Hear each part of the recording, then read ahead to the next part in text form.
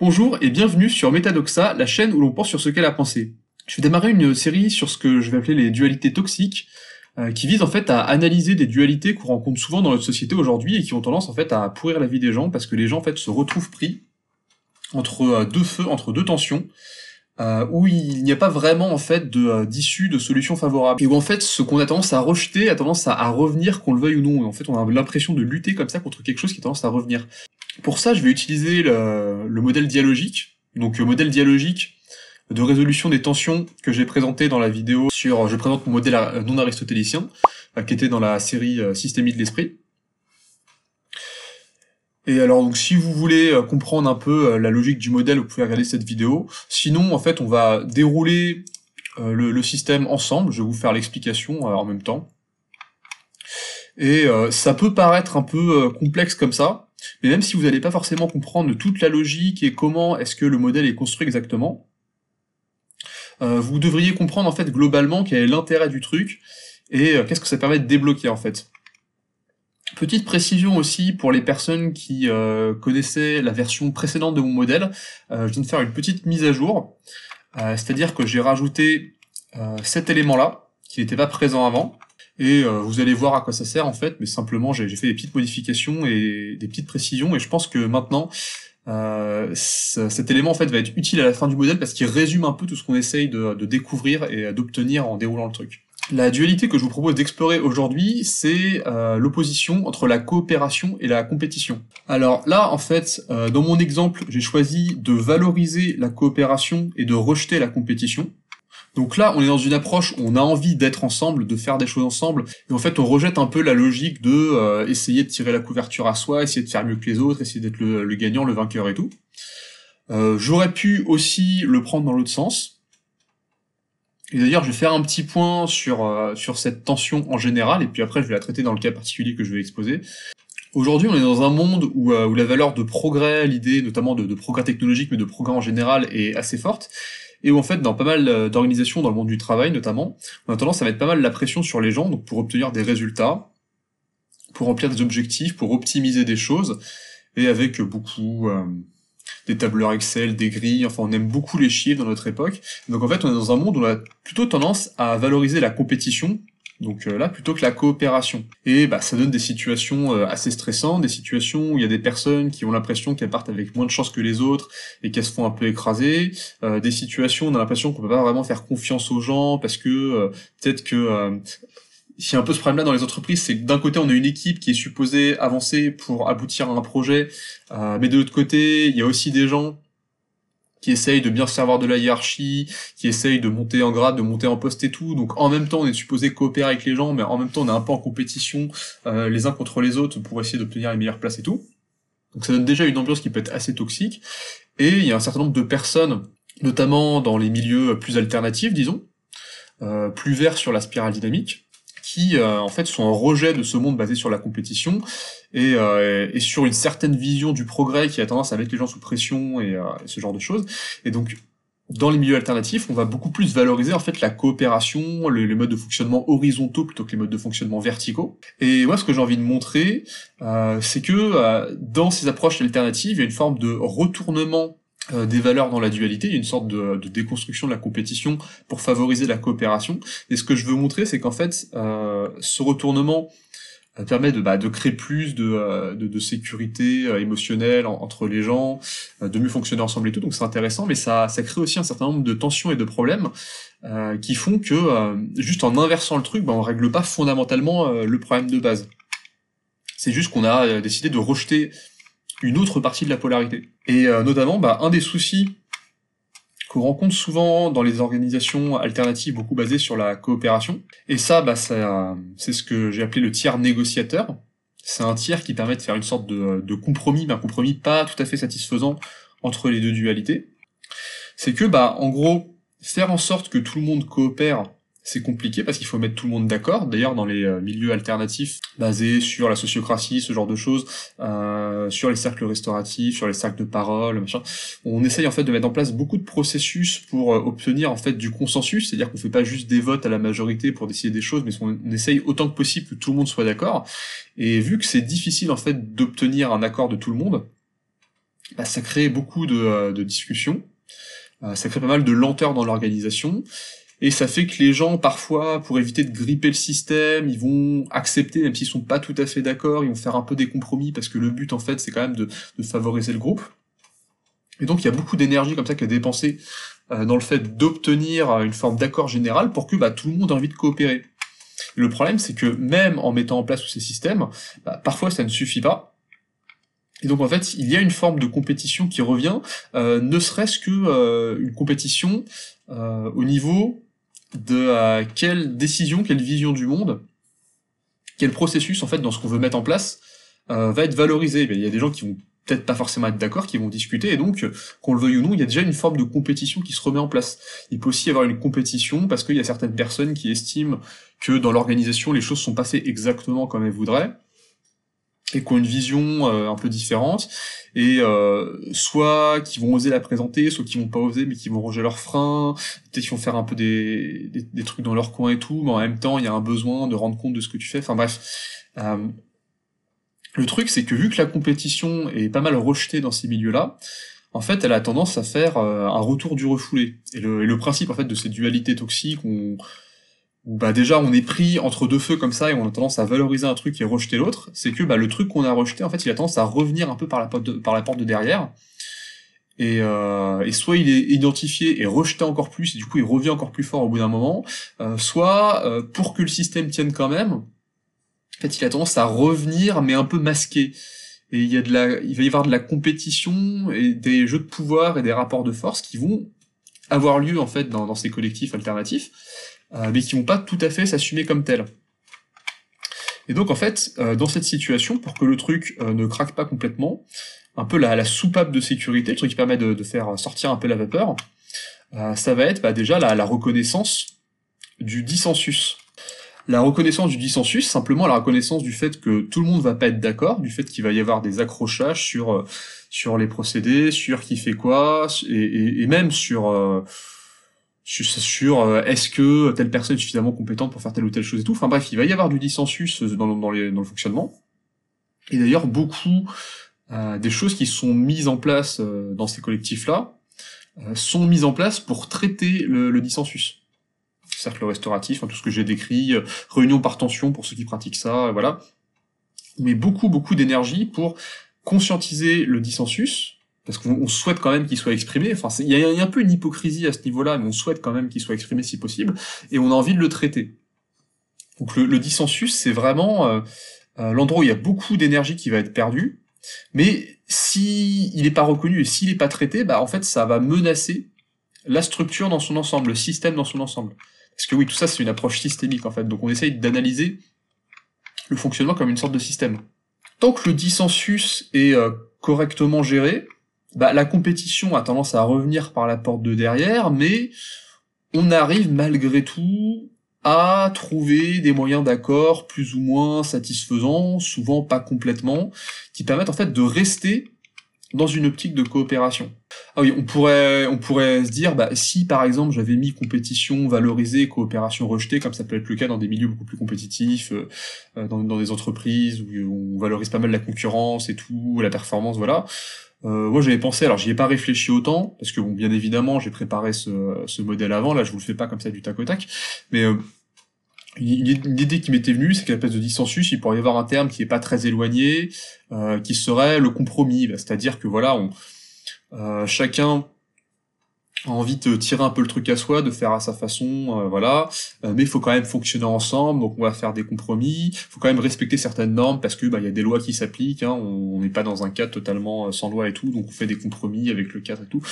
Je m'étais dit que compromis, ça pourrait être un bon tiers négociateur si on inversait les deux. Et bon, là, je traite avec coopération qui est valorisée, donc dissensus. Qu'est-ce qui se passe quand le dissensus devient de plus en plus important et qu'il n'arrive pas à être jugulé? Bah là, en fait, on peut se retrouver dans une situation où en fait on va dépasser un certain seuil critique dans le système. Et en fait, alors en systémie, en gros, il y a l'idée qu'un système il a une certaine cohérence, et que si on dépasse une certaine limite, en fait, il peut y avoir un effondrement ou un changement d'état. Un endroit effondrement et changement d'état, c'est un peu les deux, sauf que on va dire que dans certains cas, c'est un bouleversement important qui a une issue plutôt positive, et dans d'autres cas, c'est vraiment juste un effondrement, le truc s'effondre, le projet est mort et tout. Mais en tout cas, il va y avoir, lorsque ce seuil va être passé, il va y avoir un changement d'état important. Et ce changement d'état important, en fait, il va nous amener vers le bas. Donc en fait, on va dire, plus on monte, plus on est dans des trucs englobants, positifs et tout. Et quand on est plutôt vers le bas, on est sur des énergies vraiment où les choses vont pas du tout, où ça fonctionne pas, où c'est complètement coincé, ou alors où le truc c'est rompu et tout. Et ben là, typiquement, dans un collectif alternatif, et c'est pour ça, du coup, qu'on va voir, en fait, pourquoi s'il y a plein de collectifs alternatifs qui au bout d'un moment, partent en cacahuète. Si le dissensus est pas suffisamment géré comme il faut, on se retrouve dans une situation, où, en fait, il peut y avoir une séparation, il va y avoir des gens, en fait, qui vont pas réussir à être d'accord entre eux. Et donc, on peut dire qu'il va y avoir un retour de la compétition entre les différents groupes qui se sont formés, du coup, puisqu'ils ont pas réussi à se mettre d'accord. Et ce qui se passe, c'est que dans la même énergie, il va y avoir une coopération encore plus intense au sein des sous-groupes qui se sont formés. C'est-à-dire que vu qu'en gros, on pourrait dire, viré les éléments perturbateurs dans la sous-vision des différents sous-groupes, vu qu'il y a une scission, on va dire que ceux qui restent, et qui restent entre eux, sont encore plus dans une chambre d'écho, quoi. Ils sont encore plus d'accord entre eux. Donc d'une certaine manière, c'est positif parce que ça leur permet de recommencer à travailler ensemble et de recommencer à faire des choses. Mais ça va avoir des conséquences aussi. Et donc là, en fait, on est dans une situation de fracture où et la coopération et la compétition se sont renforcées. En même temps, c'est ça qui est intéressant de voir. Et donc en fait, on va tomber de la polarité à l'hyperpolarité. Et l'hyperpolarité, en fait, c'est aussi ce qu'on pourrait appeler les extrêmes. C'est ce qui se passe en fait quand on pousse une des polarités au maximum en rejetant autant que possible l'autre. Et moi, ma thèse, en fait, c'est que les opposés, les extrêmes, ont tendance à se rejoindre.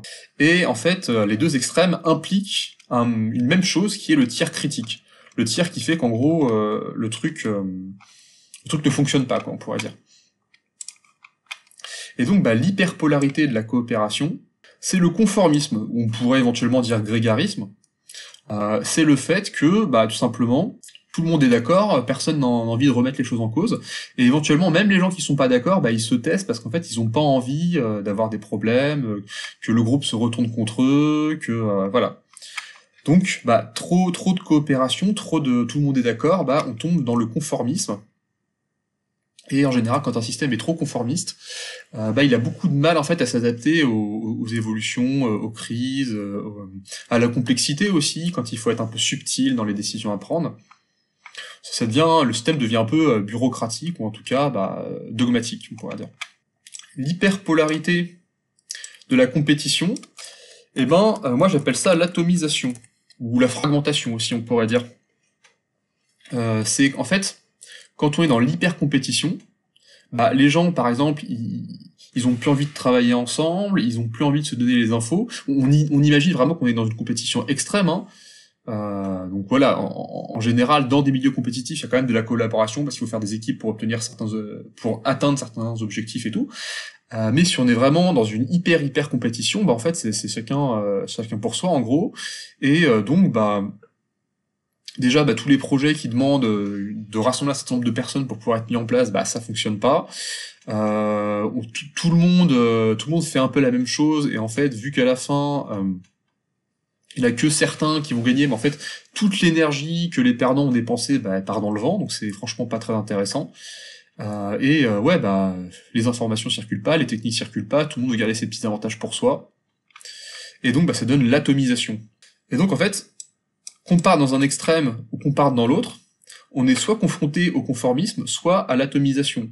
Et typiquement, dans un groupe, y compris alternatif, qui s'est déchiré, en fait, on va trouver les deux en même temps, parce que dans chacun des sous-groupes, il y a un très fort conformisme, et en même temps, les sous-groupes sont atomisés, et peut-être que le projet que le groupe de base voulait faire, il est plus réalisable, parce qu'il y a trop de sous-groupes, et c'est pas possible, en fait, de continuer à faire ce qui était prévu de faire, avec aussi peu de personnes. Donc à la fois conformisme et atomisation. Et en fait, le conformisme comme l'atomisation, au fond, ça donne lieu à un même phénomène, qui est la stagnation, ou l'inertie aussi, on pourrait dire. En tout cas, il y a stagnation. Soit parce que, voilà, trop de conformisme, et du coup, on fait toujours la même chose, donc en fait, ça évolue pas vraiment, et au bout d'un moment, en fait, on va se retrouver face à des murs qu'on va pas réussir à passer, parce que personne, en fait, aura envie de proposer d'autres types de solutions et tout, donc voilà, stagnation et atomisation, on l'a expliqué.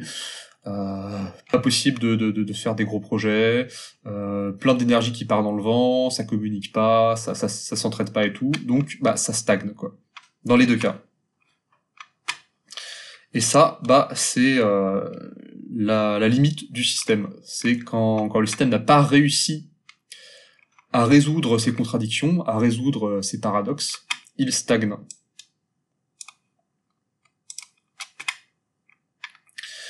Alors, comment est-ce qu'on fait pour sortir de cette situation? Et déjà, ce qui peut être intéressant, en fait, c'est de trouver le tiers structurel, que j'appelais le tiers inclus, en fait, dans mon ancien modèle. Mais en fait, quelque part, tous les tiers que je présente ici sont un peu des tiers inclus, et donc j'ai décidé, en fait, d'affiner le tiers inclus, et de le diviser en deux tiers différents, qui sont le tiers structurel et le tiers émergent. Donc je vais expliquer ça. Le tiers structurel, en fait, c'est en quelque sorte le concept méta qui doit nécessairement exister pour que cette dualité-là puisse exister. C'est-à-dire que, en gros, ce qu'on cherche dans le tiers structurel, c'est quelque chose qui sous-tend les deux termes qui sont en opposition. Si ça c'était pas là, les deux ne pourraient pas exister. Forcément. Et le tiers structurel, donc il est présent dans les deux. Et alors là, en tiers structurel, on a l'objectif. Pourquoi est-ce qu'on veut coopérer? Parce qu'en fait, on veut réaliser un objectif commun. Pourquoi est-ce qu'on entre en compétition? Parce qu'en fait, on essaye de déterminer qui va le mieux réaliser l'objectif, et qui va trouver la meilleure méthode, la meilleure technique, ou qui a les meilleures compétences pour réaliser l'objectif. On pourrait même dire objectif commun. En principe, dans l'utilisation du modèle, on se limite à un seul mot. En tout cas, voilà, il y a un objectif qui fait que ensemble, soit on va travailler ensemble, soit on va être en compétition. Et s'il n'y avait pas d'objectif, en fait, on coopérerait. Pourquoi? On sait pas, on va nulle part, donc on va pas coopérer. Et on sera en compétition. La compétition, déjà, ce qu'il faut bien comprendre, c'est que ça implique que tous les gens qui sont en compétition, ils sont d'accord sur ce sur quoi ils sont en compétition, sinon ça n'a aucun sens. Si on est en compétition, alors qu'en fait on essaie de réaliser des choses qui sont complètement différentes et qui sont pas reliées, on n'est pas en compétition, techniquement. On fait juste des choses dans notre coin, et voilà, il n'y a pas de lien. Pour qu'il y ait compétition, il faut que tout le monde, en fait, essaye de faire la même chose dans un cadre qui est globalement standardisé, qui est globalement commun. D'ailleurs, c'est pour ça que dans toutes les compétitions sportives, il y a des règles assez, voire très précises, et en fait, quelqu'un qui dirait « Oh non, moi j'ai envie de faire ça un peu différemment, j'ai envie de courir une distance un peu plus longue, un peu moins longue, je sais pas, tout le monde fait de la course à pied, moi j'ai envie de me ramener en vélo, parce que voilà, ça marche pas en fait. Donc, ça veut bien dire en fait dans les deux cas, on s'est tous mis d'accord sur quel était l'objectif. Et donc ça, en fait, c'est le tiers structurel, c'est l'élément qui est caché derrière cette dualité, et qui fait qu'elle peut exister en fait. En fait, il y a un principe fondateur et un principe réunificateur derrière toute dualité qui existe. Toute dualité a un thème de fond, en fait. Et ce qui est intéressant, en fait, c'est que quand on réalise que dans les deux cas, le principe derrière, c'est d'accomplir un objectif, on commence à se dire « Ah, mais attendez, en fait, peut-être que la compétition, c'est intéressant aussi pour remplir des objectifs, puisque l'intérêt de la compétition, c'est qu'elle nous permet en fait d'éliminer les solutions qui sont les moins efficaces, les moins pertinentes, ou même éventuellement, et c'est quelque chose qui est souvent mal vu dans les milieux alternatifs, parce qu'en fait on aimerait que tout le monde ait sa place, tout le monde voilà, mais éventuellement ça peut aussi éliminer des personnes qui simplement n'ont pas les compétences pour réaliser les objectifs qu'on souhaiterait réaliser. Ce qui veut pas dire en fait que ces personnes doivent être absolument rejetées, voilà, mais que peut-être que simplement elles peuvent mettre leur énergie ailleurs, chercher à remplir d'autres objectifs sur d'autres tâches et tout, et que peut-être qu'elles sont pas forcément les plus pertinentes sur cette chose en particulier. C'est une possibilité aussi, mais en tout cas la compétition a cet intérêt qu'elle permet en fait de simplement mieux performer, et si on performe mieux, ça veut dire qu'on va faire plus de choses en moins de temps, et que les gens en fait qui vont profiter de ce qu'on a réussi à faire, ils vont être plus contents, ils vont être plus satisfaits, parce qu'il y a de la meilleure qualité.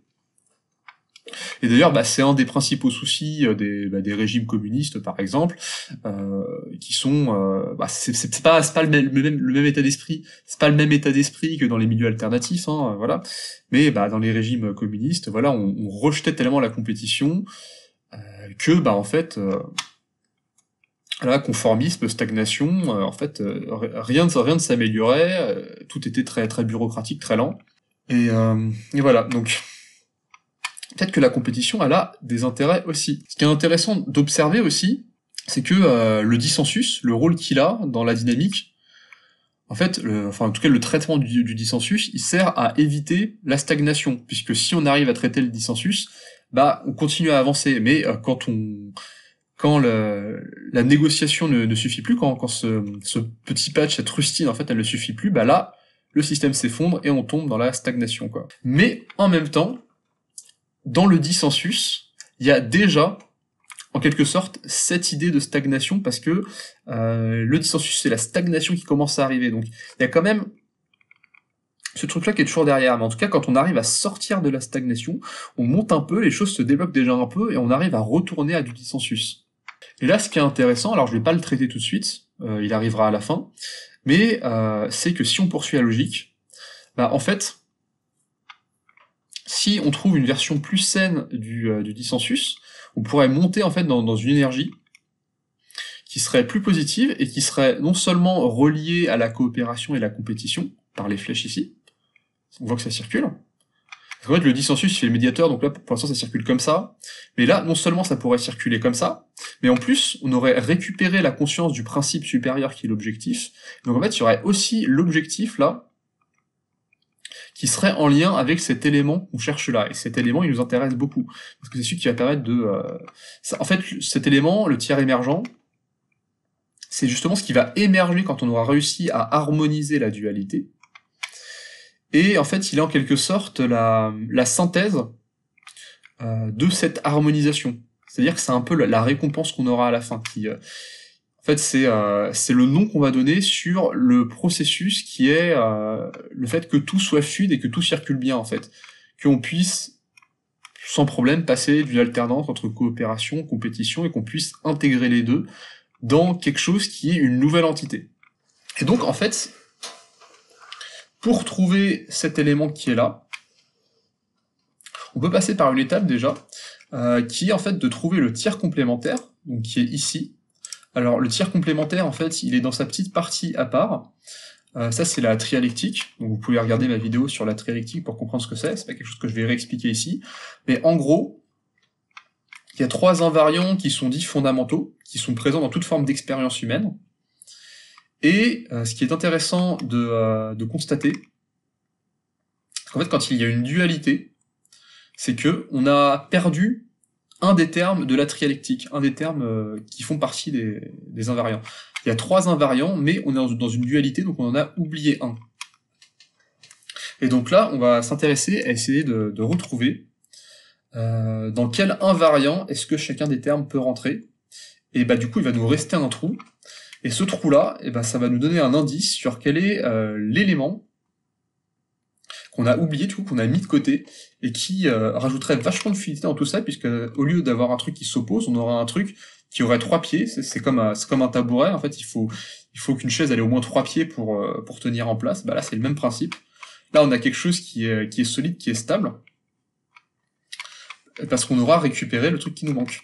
En gros, les 3 polarités, c'est le principe d'incomplétude, d'autoréférence et d'indétermination. Alors ça peut sembler compliqué comme ça. En gros, moi je le résume comme en fait le corps, le cœur ou le désir, qui est ici. Et ça, en fait, c'est ce qu'on pourrait appeler l'esprit, le mental, ce genre de choses. Et donc en fait, dans la partie bleue, on va s'intéresser aux limites matérielles, aux limites concrètes, au monde de la matière. Dans la partie rouge, on va s'intéresser au désir, à ce qu'on veut et à ce qui nous réunit en fait dans notre désir. C'est le truc de peu non-dualité, on est tous ensemble, machin, ce genre de choses. Et c'est aussi qu'est-ce que moi je veux profondément, et éventuellement qu'est-ce que je veux profondément, indépendamment de toutes les contraintes matérielles et tout. Et cette partie-là, en fait, c'est la partie qui fait un peu le lien entre les deux. Et en fait, c'est la partie sur quelle partie précisément je me concentre pour en gros accomplir mon désir en prenant en compte les contraintes matérielles. Quel est l'axe, quelle est la métrique, quelle est la focale en fait que je vais adopter pour articuler mon désir et les contraintes. C'est ça qu'on veut, on est limité par ça, et c'est ça qui va nous permettre en fait de d'obtenir autant que possible ce qu'on veut malgré les limites. Ça fait le lien, on pourra dire, entre les deux. Et ben alors là, on a la coopération. Coopération que j'associe au fait de trouver qu'est-ce que tous ensemble on désire. Donc pour moi, ça, c'est de l'autoréférence, c'est du rouge, voilà. Et la compétition, pour moi, c'est quelque chose en fait où il y a des frontières, on est un peu les uns comme contre les autres, c'est qu'il y en aura pas pour tout le monde. Et quand il y a ce truc un peu de il y en aura pas pour tout le monde, on est séparés, il y a des contraintes et tout, moi j'associe plus ça à l'incomplétude du coup, donc la partie qui est là. Et logiquement, si le terme qui nous manque, il est dans l'indétermination, donc dans le mental, l'esprit, ce genre de choses, la logique du modèle dit que toute la partie centrale, en fait, tous les tiers qu'on a déjà trouvés, en tout cas, donc les 3 qu'on a déjà, ils devraient avoir tendance à rappeler ce côté focalisation, ce côté quel axe, sur quoi est-ce qu'en fait on va viser, et comment on va articuler les choses, et notamment sur l'aspect modélisation, tout ça. Et donc, qu'est-ce qu'on a? Objectif, oui, c'est très clair, l'objectif, c'est on a choisi un axe, c'est parce qu'on est tous d'accord sur un axe, en fait, que le truc se met en place. Dissensus, c'est justement, on n'est pas trop d'accord sur l'objectif. En fait, il y a un concept qui est pas mal promu dans les organisations organiques, organisations opales, organisations systémiques. C'est la notion de raison d'être. C'est on dit, pour qu'un groupe il fonctionne bien, il faut qu'il soit au clair sur sa raison d'être. En fait, c'est très proche de la notion d'objectif. Donc on pourrait dire que voilà, on fait quelque chose en coopérant ou en étant en compétition parce qu'on est d'accord sur une forme d'objectif ou de raison d'être. Et si on n'est pas d'accord, c'est là que ça va moins bien déjà, c'est parce qu'il y a du dissensus qu'on va devoir régler. Le dissensus, est-ce que c'est toujours un truc de focal, un truc de procédure et tout? Oui, c'est juste que il y a des gens qui sont pas d'accord sur quelle est la focale exactement, mais la question c'est bien la focale. Et enfin, la stagnation, en fait, c'est quand on est bloqué sur une seule focale, et que depuis cette focale, on n'arrive plus à avancer parce que c'est trop rigide, en fait. Il faudrait assouplir la focale, ou peut-être intégrer un peu d'autres focales. Donc en fait, globalement, on est encore sur un truc lié au fait qu'on soit pris dans un axe. Alors, la partie du bas, pour ceux qui connaissent un peu la trialectique, elle a tendance à être quand même assez influencée par les limites, donc par la partie incomplétude, mais c'est de l'incomplétude avec quand même une colorisation pas mal indétermination, donc pas mal sur une focale, sur comment on fait, sur les procédures, les processus et tout. Donc on a pas mal d'indices qui tendent à nous montrer que le mot qu'on cherche, il est lié à cette partie verte, et ce sera pas toujours le cas en fonction des thématiques, ça peut être d'autres parties. Et donc on remplit. Compétition, coopération. Et là, à partir de là, le troisième terme, si on l'a déjà trouvé, c'est tant mieux. Par contre, assez souvent, on peut avoir un peu de mal à le trouver. Et donc, il y a quelque chose qu'on peut faire, en fait, pour essayer de mieux le trouver, c'est de renommer ces deux termes. Parce que vu qu'il y a quelque chose qu'on a valorisé et quelque chose qu'on a rejeté, assez souvent, le terme qu'on a valorisé, on va le rendre plus sympathique, plus agréable, plus cool et tout, pour renforcer le fait que oui, il est vraiment super et tout, et le terme qu'on n'aime pas trop, en fait on va avoir tendance à lui donner un terme négatif, péjoratif et tout, un truc qui fait pas trop envie. La compétition, ça fait pas trop envie. Enfin, il y a certaines personnes qui ont l'esprit de compétition, mais c'est pas super sympathique pour tout le monde, quoi. En fait, on va se demander, est-ce que il n'y a pas un principe fonctionnel, utile, pertinent, qui a sa raison d'être en fait derrière la compétition? Et est-ce que peut-être aussi on peut pas rendre la coopération un peu plus neutre, en fait, retrouver qu'est-ce qu'il y a vraiment derrière en étant un peu plus objectif? Et donc en fait, un moyen qu'on peut utiliser, c'est passer par le principe de déconstruction de Jacques Derrida, qui est qu'en fait on va faire l'exercice mental d'inverser les flèches, et de se dire, bah en fait la compétition c'est super, et la coopération, bah c'est pas terrible, c'est un peu quelque chose qui vient contraindre la compétition, et puis c'est un peu quelque chose qui dépend en fait de la compétition. Essayer de retourner le truc. Et en retournant le truc, bah, ça pousse en fait à voir les aspects négatifs de la coopération et à voir les aspects positifs de la compétition, et à voir en fait qu'est-ce qu'il y a de plus positif derrière. En fait, ça rééquilibre un peu le jugement subjectif. Et ben notamment, on pourrait dire en fait que la compétition est tout à fait intéressante parce qu'elle permet de sélectionner les stratégies les plus efficaces, et une fois qu'on a sélectionné les stratégies les plus efficaces, tout le monde est content. Et en plus, on sait comment mieux faire. Et ça, bah, ça a tendance à se faire par empirisme. Il faut quand même qu'on ait testé les choses, donc il faut qu'il y ait des gens qui aient essayé et qui aient perdu, c'est comme ça. Et ce qui est intéressant, c'est quand on a trouvé des meilleures façons de faire, bah, même les gens qui ont perdu, en fait, potentiellement, ils peuvent copier les méthodes, et donc ils peuvent rentrer dans un processus de coopération qui arrive dans un second temps. Et là, bah, c'est cool, en fait, parce que de la compétition naît la coopération. Une autre chose qu'on peut remarquer aussi, c'est que, en général, la compétition bénéficie d'un travail collaboratif, c'est-à-dire qu'en fait, il y a des gens qui doivent partager leurs techniques, leurs méthodes pour trouver les meilleurs moyens de performer. La compétition, en fait, pousse à la coopération, parce que ça pousse à faire des équipes, on va pas toujours travailler tout seul, hein, ça pousse à faire des équipes, en fait, qui vont essayer de créer de la complémentarité pour mieux performer et tout, donc elles doivent bien coopérer, ces équipes, même si elles sont les unes contre les autres. Et même, on pourra encore plus retourner le truc, et dire que, globalement, en fait, pourquoi est-ce qu'on coopère? Bah, on coopère pour remplir un objectif, c'est le tir structurel, mais pourquoi est-ce qu'en fait on a envie de remplir un objectif? Pourquoi est-ce qu'on a envie ensemble de faire quelque chose? Bah, c'est parce qu'en fait on est contre le statu quo. La situation actuelle telle qu'elle est, quoi, on veut la changer, en fait. Si on fait des choses ensemble, c'est pour provoquer un changement, c'est toujours ça, hein, c'est la nature même de l'objectif. Donc en fait, bah, d'une certaine manière, si on coopère, c'est parce qu'on est nécessairement, prioritairement, en compétition contre le statu quo. Et ça peut être quelque chose d'aussi trivial que on va aller cueillir des bêtes tous ensemble dans la forêt parce qu'on est contre le statu quo qui est le fait que nos réserves de nourriture soient vides, quoi. C'est pas forcément contre des personnes en particulier, mais c'est en tout cas contre un état des choses, quoi. Et donc en fait, on est nécessairement en compétition pour améliorer la situation par rapport à la situation actuelle et tout. Et c'est l'essence même de la coopération, quoi.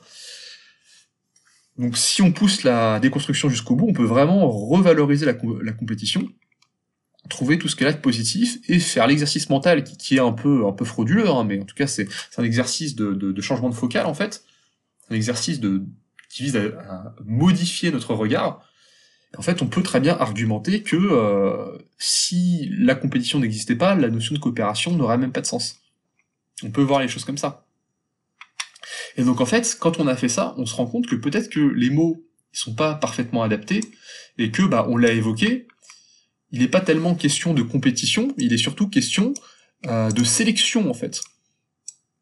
Et quand on comprend que la compétition, c'est de la sélection, et ce qu'on appelle compétition malsaine et tout, telle qu'elle est rejetée par les milieux alternatifs, en fait, bah, c'est une approche malsaine de la sélection. Déjà, en fait, on commence à se détendre et on commence à se dire, ok, comment aborder la compétition, ou donc la sélection, d'une façon saine et qui profite à tout le monde. Ah bah, vous savez quoi, pour ce terme-là, en fait, je viens de me rendre compte que depuis le début, en fait, c'est le terme renommé ici que j'ai utilisé là. En fait, je pensais présenter collaboration versus compétition. Bon, du coup, j'ai mis coopération. En fait, les termes sont tellement proches que finalement, ça change pas grand-chose. C'est juste qu'en gros, dans la version de base, l'idée de collaboration, elle peut être un peu plus positive que l'idée de coopération. En fait, l'idée de coopération, c'est juste qu'on comprend qu'on fonctionne ensemble. Mais bon, en fait, dans mon exemple, bon, c'est un peu dommage du coup, parce que ça casse un peu mon effet, mais dans mon exemple, de toute façon, ça changeait pas grand-chose, mais parfois, le changement, il peut être plus significatif. Bon, bah, vous imaginez qu'en fait, là... il y avait collaboration, bah du coup dans le titre de ma vidéo je vais très certainement mettre coopération parce que sinon ça va faire bizarre. Vous imaginez que là il y avait collaboration et que du coup ça se transforme en coopération. Mais bon là, c'est pas très important. Ce terme nécessitait moins de changements. Mais voilà, retenez en tout cas que dans ce modèle-là, bah, on peut renommer les deux en fait, et que parfois c'est significatif pour les deux. Là, c'est surtout pour compétition, on passe à sélection, on voit quand même qu'il y a un changement, quoi. Et donc, bah, une fois qu'on a la sélection qui parle des limites et du fait que bah, tout le monde va pas gagner, tout le monde va pas être le meilleur et tout, et que bah il y a des façons qui sont meilleures que d'autres, voilà. On a la sélection, on a la coopération quand on désire la même chose et qu'on se met ensemble et tout. Et c'est aussi un peu autoréférence, c'est aussi un peu pour coopérer, il faut qu'on soit entre guillemets tout le monde d'accord, donc on fasse un peu un ensemble autoréférent, quoi, un groupe qui s'auto-valide, donc c'est l'aspect autoréférence. Et qu'est-ce qui pourrait venir équilibrer ces deux termes, du coup? Eh ben, ce serait l'innovation. Et oui, l'innovation, c'est la grande oubliée depuis le début. L'innovation permet aussi de mieux remplir les objectifs, puisqu'en fait on trouve des nouvelles façons de faire. Et surtout, ce qui est vachement intéressant, c'est que l'innovation, en fait, c'est une réponse directe à la stagnation. C'est-à-dire qu'aux excès à la fois de la coopération et de la compétition, bah, l'innovation vient apporter une solution à la stagnation. Pour qu'on arrête de stagner, il faut qu'on trouve des nouveaux moyens, des moyens auxquels on n'a pas pensé avant, des nouvelles idées et tout. Et à la fois, ça fait pas trop plaisir à la coopération, parce que bah, si des gens veulent innover dans un sens et d'autres plutôt dans d'autres, bah, ça va créer du dissensus. Donc on va retomber là. Et ça peut donner une envie de refaire du groupe, et donc de créer plus de conformisme et tout. Et la compétition n'aime pas forcément trop l'innovation. Ça peut sembler un peu paradoxal, hein, mais déjà en fait la compétition favorise pas l'innovation parce que bah du coup chaque avantage en fait on a tendance à le garder pour soi, on le partage pas aux autres. Et donc en fait bah les informations circulent pas bien parce qu'on va avoir un avantage compétitif.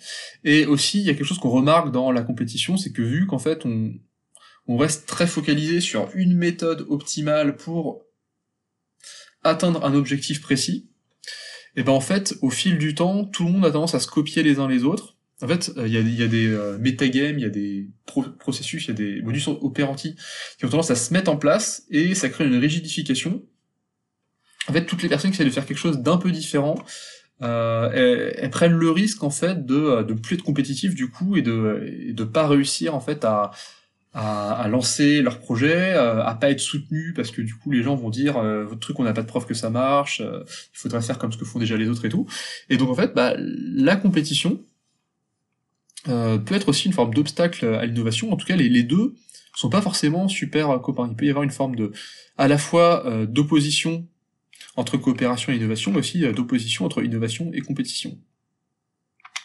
Et en même temps, ce qu'on peut remarquer, c'est que lorsque la coopération et la compétition fonctionnent bien ensemble, et ben en fait, par exemple, dans des processus de discussion, de coopération et tout, on discute de comment est-ce qu'on va se mettre d'accord pour accomplir l'objectif, bah, il y a les gens qui peuvent proposer des idées, qui peuvent proposer des innovations, et si on est dans un processus où les gens savent s'écouter, se respecter, profiter des contributions des uns et des autres, bah, tout ça, ça va être entendu, et après, on va pouvoir en quelque sorte mettre les différentes idées qui ont été proposées en compétition, donc c'est-à-dire en fait qu'on va pouvoir créer une sélection, on va tester différentes choses, on va voir ce qui reste, et donc en fait la coopération propose les idées innovantes, et la compétition permet bah, de garder celles qui sont vraiment les meilleures et qui permettent un meilleur accomplissement de l'objectif. Et donc, bah en fait, on se retrouve en ayant intégré le tiers complémentaire qui est l'innovation, à avoir un ternaire qui fonctionne bien entre sélection, coopération et innovation. Et lorsque ces trois termes, ils sont tous les trois valorisés, qu'on essaye en fait d'agir en ayant une vision sur ces trois termes, en essayant en fait de les promouvoir, de les favoriser tous les trois, on est ensemble, on s'entraide et tout quand on peut, et en même temps, on est dans une idée de progrès, d'efficacité et tout, et en même temps, Quand on peut, on cherche des nouvelles façons de faire les choses et tout, et des nouvelles idées, voilà. Quand tout ça, ça fonctionne ensemble, et bah ça donne un truc qui est vachement fluide, et où l'alternance entre la coopération et la compétition, donc entre la sélection et la coopération, est beaucoup mieux gérée. Les dissensus sont beaucoup mieux gérés aussi, ils sont vus comme beaucoup moins pénibles, et on tombe beaucoup moins facilement dans la stagnation, parce que en fait on a trouvé quelque chose qui est vachement sympathique, et qui, en quelque sorte, réunit de façon positive la coopération et la compétition, et ça, bah, c'est l'émulation. Et l'émulation, qu'est-ce que c'est? Bah, c'est une forme d'énergie collective, où en fait chacun essaye d'œuvrer pour essayer de faire les choses mieux, de faire les choses bien et tout, mais en même temps, où les gens, tout en cherchant à s'améliorer, sont aussi dans la coopération les uns avec les autres, se passent des techniques, se passent des méthodes et tout, et où en fait, dès que quelqu'un trouve quelque chose d'un peu mieux, dès que quelqu'un fait un truc un peu mieux, en fait, ça booste les autres, ça motive les autres, ça crée du coup de l'émulation, et ceux qui sont peut-être un peu à la traîne, bah du coup, ils essayent de comprendre comment l'autre a fait, d'apprendre la méthode et tout, ou éventuellement, s'ils ont pas trop envie de faire la même chose, ils vont essayer de développer d'autres idées, mais qui sont pas juste en compétition bêtement, mais qui en fait peuvent contribuer aussi à l'objectif global d'une façon un peu différente et tout. Bah, il y a une émulation de groupe qui est vachement sympathique. Et moi, c'est notamment quelque chose que je retrouvais pas mal dans, par exemple, les communautés du speedrun dans le jeu vidéo, où en fait, on a des gens, en gros, qui sont des joueurs, qui essayent de finir les jeux le plus vite possible, et donc du coup, c'est un milieu qui est très compétitif, parce que tout le monde essaye de faire les meilleurs temps et tout, mais en même temps, c'est aussi un milieu où il y a de la collaboration slash coopération, parce que bah, en fait il y a différents rôles, c'est-à-dire par exemple il y a des gens en fait leur technique c'est de trouver des meilleures routes, par exemple en trouvant des nouveaux bugs que les gens n'avaient pas trouvé avant, ou en trouvant des petites optimisations et tout. Donc en fait eux c'est pas forcément des gens qui sont super bons pour finir le jeu très rapidement, mais ce qu'ils font c'est qu'ils vont explorer les limites du jeu et comprendre les mécaniques subtiles du jeu, et comment trouver des astuces et tout, et comment calculer les meilleures routes. Ils vont faire ça toute la journée, et quand ils trouvent un truc qui est plus rapide, bah du coup ils partagent l'information aux gens qui font du speedrun proprement dit, donc aux joueurs, qui vont implémenter les nouvelles stratégies dans leur plan de jeu, en fait, dans leur route, et bah du coup ça donne lieu à des meilleurs temps. Et en même temps, ce qui est vachement intéressant aussi, c'est que vu qu'il y a beaucoup de compétition, bah du coup, ça crée de l'émulation parce que ça motive en fait les joueurs, par exemple, qui, si ça se trouve, à un moment, il y a un joueur qui était numéro 1, après il se fait dépasser par un autre, qui arrive à faire quelque chose un peu mieux, ou qui a réussi à mettre en place une nouvelle route et tout, bah du coup, en fait, ça motive le premier à essayer de faire mieux et tout. Et en fait, bah, la compétition a tendance à favoriser l'accomplissement des objectifs, parce que bah, en fait si on est tout seul, sans concurrence, même sans personnes qui peuvent nous inspirer, nous montrer en fait des nouvelles façons de faire les choses, si on est vraiment tout seul sur notre truc, bah déjà on va moins performer parce qu'on bénéficie pas en fait de tout ce travail collaboratif, on peut pas s'inspirer des autres, on peut pas s'inspirer de ce que nous on n'a pas eu l'idée de faire nous-mêmes. Et aussi il y a un deuxième phénomène, c'est que bah ça, même sur un plan purement psychologique, quand il y a plein de gens qui sont à fond sur l'idée de faire un truc le mieux possible, bah, ça crée une énergie qui n'existe pas forcément quand on est tout seul, ou quand on est qu'un tout petit nombre à être en compétition sur quelque chose, quoi. Et moi, j'ai vraiment pu expérimenter dans ma vie le fait que la compétition, lorsqu'elle est plutôt saine et tout, peut vraiment donner la motivation, l'envie de se dépasser, et que ça peut être tout à fait quelque chose qui est vécu d'une manière très très positive et très stimulante. Ce que je trouve dommage, évidemment, là je vous donne l'exemple du speedrun, c'est que bah je constate que dans notre société, encore à l'heure actuelle, souvent la plus grande inventivité, la plus grande détermination et tout, elle est souvent mise en place dans des activités qui sont pas, qui ne participent pas forcément beaucoup à l'accomplissement, on va dire, dans la vie concrète, entre guillemets. Ça fait beaucoup d'énergie qui peut sembler être un peu dépensée dans le vent. Peut-être que d'ailleurs cette réflexion pourrait m'amener à faire une vidéo dualité toxique sur loisir versus travail. Mais en tout cas, bah, quand on a retrouvé la fluidité entre les polarités, on peut sortir de la simple gestion du dissensus, ou pire, de la stagnation, pour vraiment entrer dans l'émulation. Et là, bah, c'est vraiment génial, et c'est vraiment... si vous arrivez à créer une vraie émulation dans votre équipe, dans votre projet, dans votre organisation, bah là c'est banco quoi, parce que il va y avoir vraiment à la fois de l'innovation, on va trouver les meilleures méthodes, les gens vont coopérer tout en se stimulant, tout en trouvant des moyens, tout en explorant différents chemins, donc ils vont pas coopérer tout le temps, ils vont pas juste faire groupe, ils vont pas faire un monobloc, mais ils vont à un certain moment ils vont se séparer pour tester des trucs, et puis après ils vont rassembler leurs découvertes et tout, et puis voilà, ça va bouger, ça va être stimulant, ça va être organique, ça va être souple, ça va être adaptatif. Et c'est comme ça en fait qu'on peut éviter les crises et qu'on peut avoir une structure en fait qui tient bien sur le long terme et qui obtient des vrais résultats. Et en fait, bah, pour revenir au collectif alternatif, bah, généralement, du coup, les collectifs, ils ont tendance à tomber bah, dans ce problème de dissensus, puis conformisme, stagnation, atomisation et tout, parce que ils ont pas intégré ils ont trop rejeté la compétition, donc il y a des retours du refoulé. Ils n'ont pas intégré les deux polarités de façon dynamique. Souvent aussi, il peut y avoir un certain rejet de l'innovation.